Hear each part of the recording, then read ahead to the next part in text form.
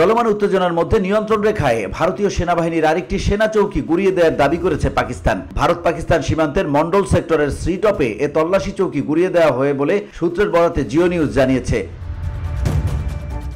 নিরাপত্তা সূত্রের বরাতে ওই প্রতিবেদনে বলা হয়, পাকিস্তানি সেনাদের গোলাবর্ষণের ভারতীয় পোস্টটি ধোঁয়ায় ঢেকে যায়। পাকিস্তানি বাহিনীর যথাযথ পদক্ষেপে পোস্টটি রক্ষায় ভারতীয় সেনাদের সব চেষ্টা ব্যর্থ হয়।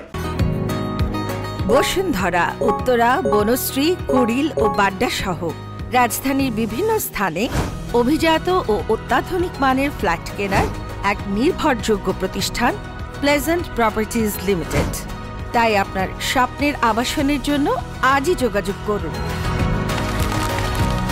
Pleasant Properties Limited, where destiny matches eventually.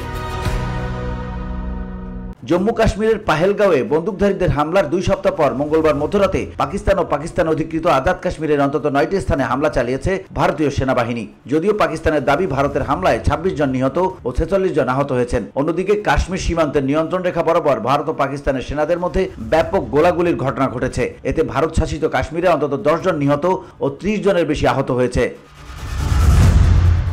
VOD Bangla news desk.